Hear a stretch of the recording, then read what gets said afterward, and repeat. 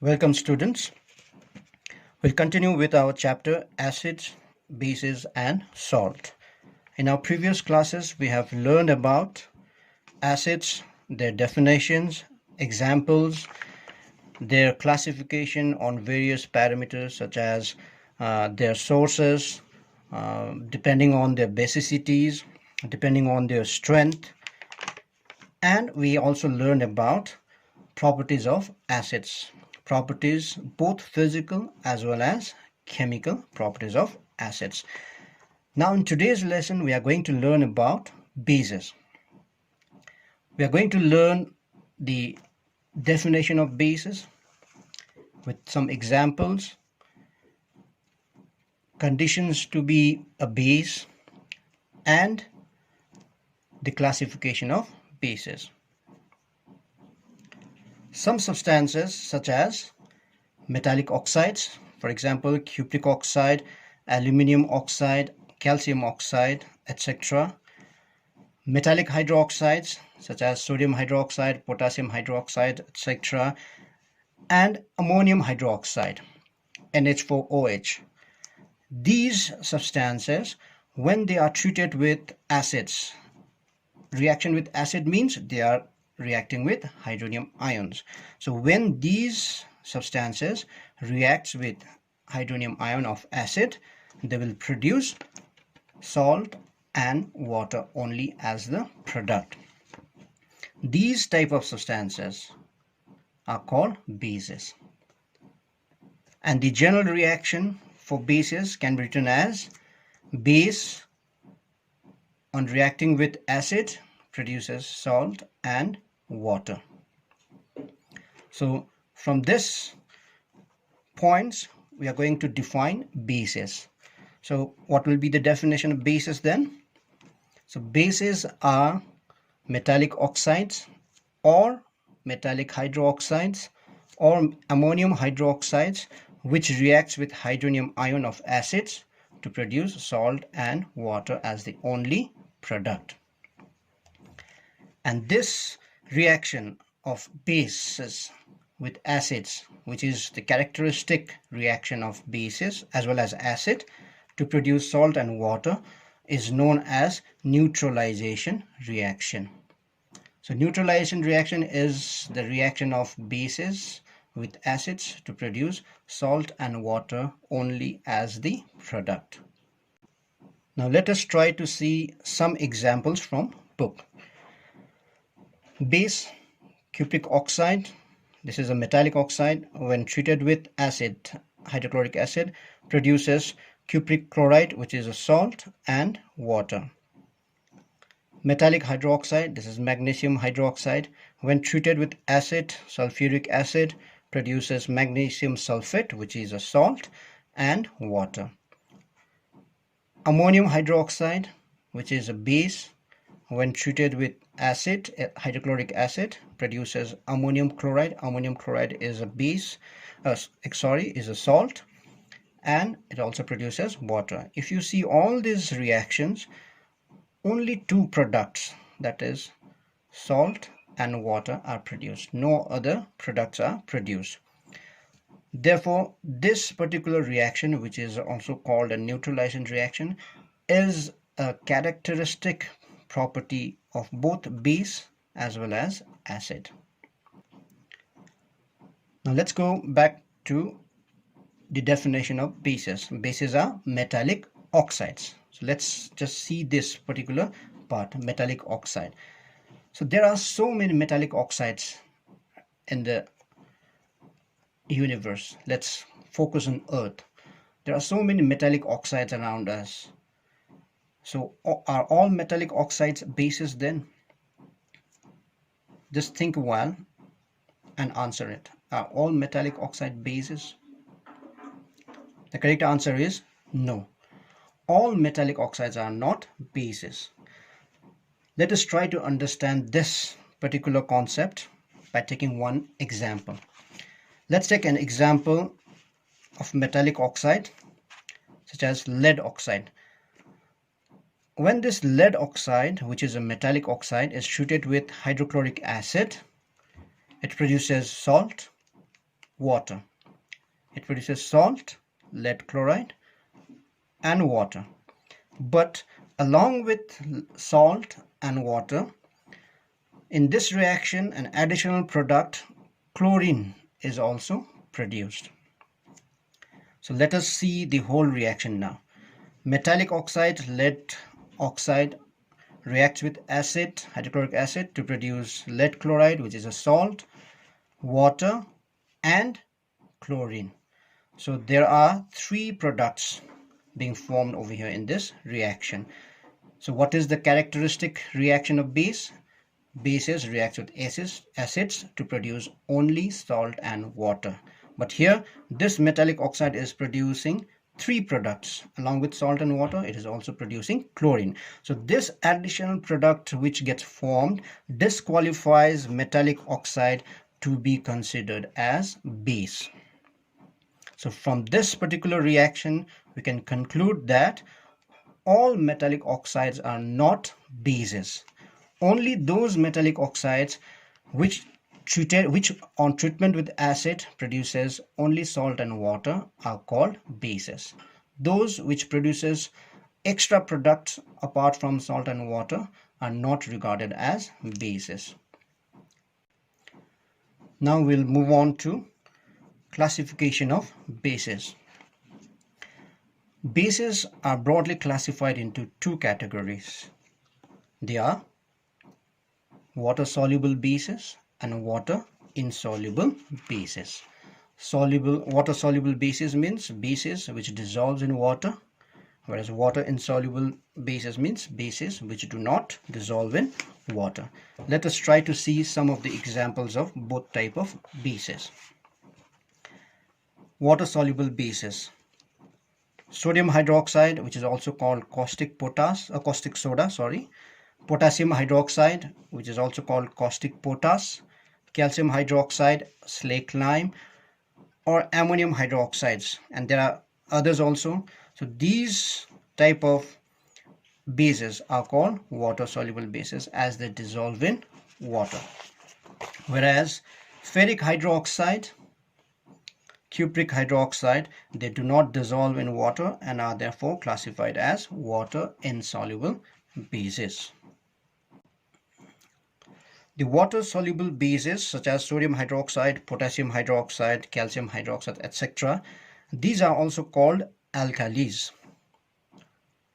So alkalis are water-soluble bases. That means alkalis dissolves in water. That is why all bases are not alkalis. Why all bases are not alkalis? The answer to this question is alkalis are those bases which dissolve in water. But there are some bases which does not dissolve in water. For example, ferric hydroxide or cupric hydroxide. These are bases, but they do not dissolve in water. Therefore, we can conclude that alkalis are those bases which dissolves in water, and all bases are not alkalis, but all alkalis are bases. Alkalis are bases, but all bases are not alkalis, because there are some bases which do not dissolve in water. Now we'll classify bases. Here we are specially classifying alkalis. So alkalis or bases can be classified again in different parameters, and we'll try to see those classification on different parameters. So first, let us see those parameters on which bases or alkalis can be classified. Alkalis can be classified on the basis of their strength, number one. Number two, alkalis can be classified on the basis of their acidity. So let's see first type of classification, that is classification of bases or alkalis based on their strength. But what do we understand by strength? Let us first try to figure it out. So strength of a base means concentration of hydroxide ions, OH minus ions, this hydroxide ions. So the concentration of hydroxide ions in aqueous solution. That means we are talking about those bases which dissolve in water. Aqueous means water. So the concentration of hydroxide ions present in aqueous solution of a base is known as strength. So based on strength, bases can be classified into two categories. One is strong base or alkali, and the other is weak base or alkalis. So let's try to understand what do we mean by strong base or alkali. So these bases or alkalis, they dissociate completely in their aqueous state, thereby leading to high concentration of hydroxide ions in the aqueous solution. Examples of strong bases are sodium hydroxide, potassium hydroxide, etc. So these bases, they completely dissociate or ionize in the aqueous solution and have very high concentration of hydroxide ions. Weak bases, they dissociate or ionize partially in their aqueous solution state and therefore have low concentration of hydroxide ions.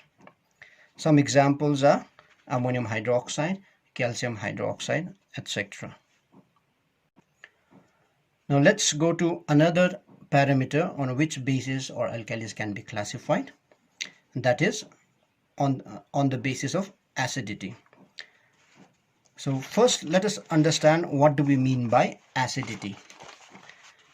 Acidity of a base means the number of hydroxide ions produced per molecule of the base in its aqueous state. That means when bases are dissolved in water, how many hydroxide ions are produced by one molecule of base is known as acidity of bases. Do not get confused over here. Acids have basicity, whereas bases have acidity. You can remember in the opposite way.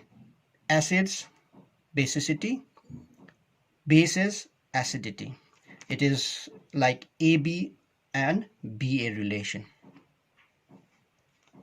Therefore, on the basis of acidity, bases can be classified as monoacidic base. Monoacidic, mono means one, acidic means the number of hydroxide ions per molecule.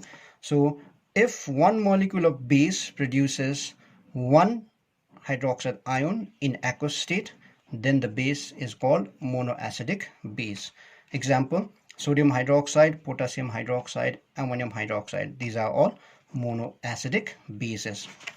If one molecule of base in its aqueous state produces two hydroxide ions, then those type of bases or alkalis are called diacidic bases. Example, calcium hydroxide, cupric hydroxide, etc.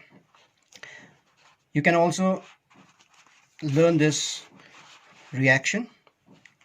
Like sodium hydroxide, when dissolved in water, splits into sodium cation and one hydroxide ion. In the same way, this is monoacidic. In the same way, diacidic base calcium hydroxide, when dissolved in water, produces calcium cation and two hydroxide ion.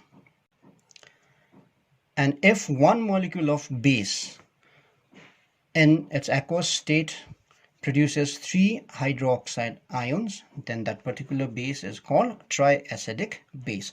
Example of triacidic base can be aluminum hydroxide, ferric hydroxide, etc. And the chemical reaction can be written as aluminum hydroxide, when dissolved in water, produces aluminum cation and three hydroxide ions. So on the basis of acidity, bases can be classified into monoacidic base, diacidic base, and triacidic base. So in today's lesson, we have learned about bases. We have tried to break the concept of definition by splitting the definition into parts. And what substances are called bases, we have understood that particular thing. So bases are those substances such as metallic oxides, metallic hydroxides, ammonium hydroxides, which when reacted with acids produces hydronium ion, produces salt and water, produces salt and water as the only product. And the general reaction of bases with acids can be written as base reacts with acid to produce salt and water. This you have to remember in order to understand the characteristic or the definition of bases. I hope you have understood the definition of bases, examples, and classification of bases. In our next class, we will learn about some physical as well as characteristic properties of bases. Till then, stay safe and do all things well.